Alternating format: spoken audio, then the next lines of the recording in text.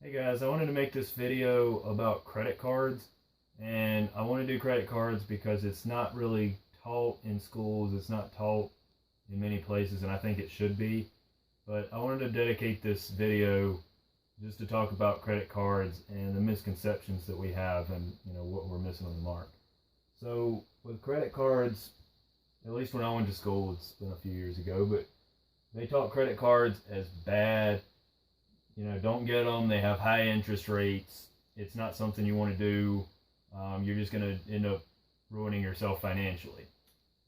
That's kind of how it was taught. And yes, they have high interest rates, but that's just part of the game. So inevitably, in this day and age, most people are going to get credit cards. So we're going to get them, which means we should be taught to use them wisely. And I think that should be taught in schools. So I have credit cards. I have numerous credit cards that I use, but they actually end up paying me. I've never had to pay the interest on credit cards, but I get paid cash back. I get referral bonuses, stuff like that. So I end up making money on the credit cards. And it's a unique concept because if I'm going to go to the store and fill up with gas, and let's just say it's $50 or something. Fill up with gas for $50. If I pay in cash or I use a debit card, I give them $50. That's it. If I get 1% cash back, let's say I get 50 cents back, then, it's not a big amount, but that's 50 cents that I didn't have. And if you use something like Discover, I have here that you get that cash back, but we have rolling categories. So Discover, every quarter they'll change the category and say you get 5% cash back on gas, which means you buy $50 worth, you get $2.50 back. They're not huge amounts, but they do kind of add up. So if you're going to use that strategy, make sure that you pay it off every month. You have the money, buy things that you are going to buy anyway.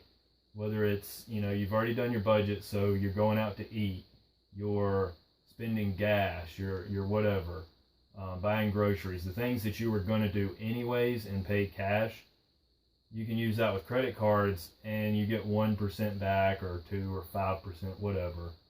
So for an example, if you spent $200 in a month on your credit card and you got 1% cash back, we get $2 back. That's not huge, but $2 is $2. That'll buy you a couple sodas you'd have been unable to. Or let's say it was $500 and you get $5 cash back. That's getting up to the point you can about buy some, you can buy a meal. So there's a good strategy to learn with that. And the point with all this is that you don't need to spend money on things you wouldn't have bought anyway. You can't look at it and say, I have a $1,000 credit line, which means I can go out and buy, a $600 item that I know I can't afford and I'll just make the payments. Because if you do that, you end up paying those high interest rates. And that's going to hurt your credit score, and it's going to take a whole lot of money from you that you shouldn't be taking. So if you learn to use them wisely, and there's other things, sign-on bonus, referrals. So I might can go to sign up for a credit card and they say, hey, sign up, you get a $50 bonus for using your first 3 purchases or something. You get $50, that's $50. And with referrals, I can go out and I can refer other people to sign up for that credit card. And a lot of times when they sign up, I'll get paid and they get paid.